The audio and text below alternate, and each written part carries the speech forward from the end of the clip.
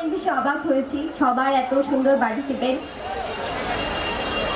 এখন বলো তোমরা কাকে ডেকে নেওয়া যায় মঞ্চে, কার জন্য তোমরা এতক্ষণ ধরে অপেক্ষা করছো? আমি শুনি না, আমি শুনতে পাচ্ছি না, মেয়েরা জোরে চিল্লাবে না।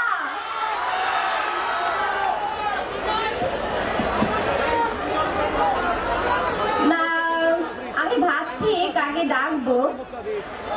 এমন একটা মানুষকে এখন ডাকতে চাচ্ছি আমি, যে মানুষটা আমার নিজের আইডল, যাকে আমি ক্লাস 8 থেকে ফলো করি এবং আমি ছোট্ট একটা বাচ্চা ছিলাম যার ক্লাস আমি অনলাইনে দেখেছি, তার থেকে অনুপ্রাণিত হয়ে এখন আমি অনলাইনে পড়াচ্ছি আলহামদুলিল্লাহ। তো ওই মানুষটার সাথে আজকে দেখা হওয়ার পর আমার অনুভূতিটাও অন্যরকম ছিল, আশা করছি তোমাদের অনুভূতি তার চেয়ে আরো বেশি হবে। তো অনুষ্ঠানের এই পর্যায়ে আমাদের সকলের আকর্ষণ যার দিকে, সেই মানুষটাকেই ডেকে নিব, যিনি নিজেকে একজন শিক্ষক হিসেবে পরিচয় দিতেই সবচেয়ে বেশি পছন্দ করেন।